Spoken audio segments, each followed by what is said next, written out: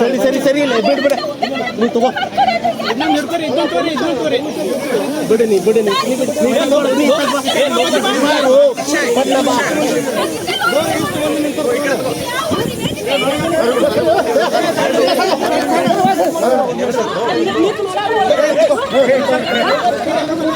ಸ್ನೇಹಿತರೆ ನೋಡಿ, ಒಬ್ಬ ಉದ್ಯೋಗ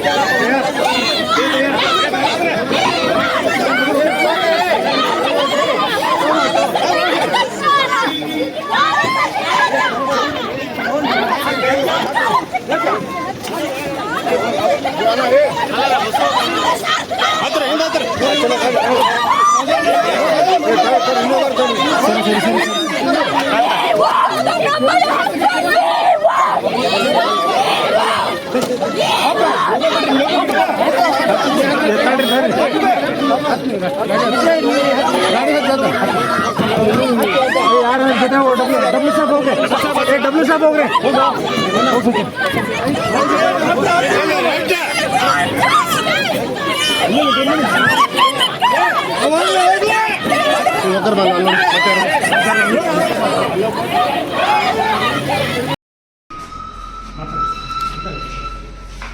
ಕೇಂದ್ರ ಮತ್ತು ರಾಜ್ಯ ಸರ್ಕಾರಗಳು ಶೀಘ್ರ ನೇಮಕಾತಿಗಾಗಿ ಆಗ್ರಹಿಸಿ ಧಾರವಾಡ ಚಲೋ ಪ್ರತಿಭಟನಾ ರ್ಯಾಲಿಯನ್ನು ಹಮ್ಮಿಕೊಂಡಿದ್ದೀವಿ.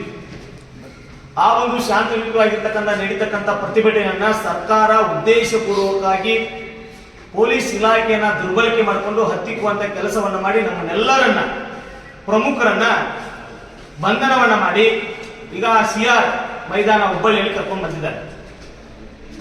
ನಾವೇ ಹೇಳ್ತಾ ಇರೋದೇನೆಂದ್ರೆ, ಧಾರವಾಡದಲ್ಲಿ ತುರ್ತು ಪರಿಸ್ಥಿತಿಯನ್ನು ನಿರ್ಮಾಣ ಮಾಡಿದೆ.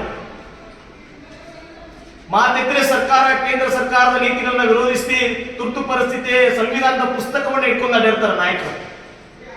ರಾಜ್ಯ ಸರ್ಕಾರದ ನಾಯಕರುಗಳು ಮತ್ತು ಅವರ ಹೈಕಮಾಂಡ್ ಅವರು ಸಂವಿಧಾನದ ಪುಸ್ತಕವನ್ನು ಇಟ್ಕೊಂಡು ಅಡ್ಡಿರ್ತಾರೆ. ನಮ್ಮ ಹಕ್ಕುಗಳ ಉಲ್ಲಂಘನೆ ಆಗಿದಾವಂತೆ.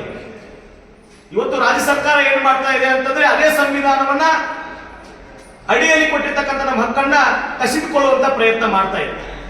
ಶಾಂತಿಯುತವಾಗಿರ್ತಕ್ಕಂಥ ಪ್ರತಿಭಟನೆ ನಮ್ಗೆ ಮಾತನಾಡಲಿಕ್ಕೂ ಅವಕಾಶ ಕೊಡದೆ ಏಕಾಏಕಿ ಪೊಲೀಸ್ ದೌರ್ಜನ್ಯ. ಇದು ಪೊಲೀಸ್ ರಾಜ್ಯ, ಇದು ಪ್ರಜಾಸತ್ತಾತ್ಮಕ ರಾಜ್ಯ ಅಲ್ಲ, ಪೊಲೀಸ್ ರಾಜ್ಯ. ಒಂದು ದಿನದ ಚಳವಳಿಯನ್ನು ನೀವು ಹತ್ತಿಕ್ಬಹುದು. ಇನ್ನು ಮುಂದೆ ನಡೀತಕ್ಕಂಥ ಚಳವಳಿಯನ್ನು ನಿಮ್ಗೆ ಹತ್ತಿಕ್ಲಿಕ್ಕೆ ಆಗೋದಿಲ್ಲ.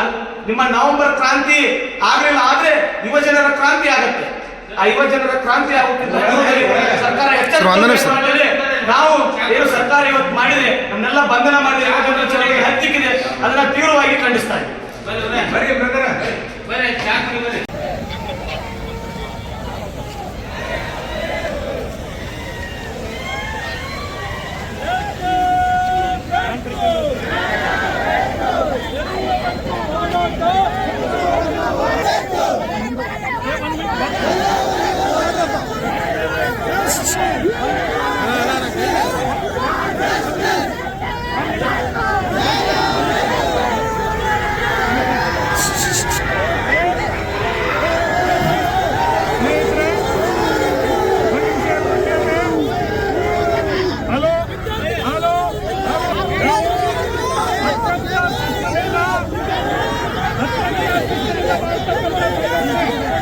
ಇದು ಕೂಡ ಅತ್ಯಂತ ಶಿಸ್ತನ್ನು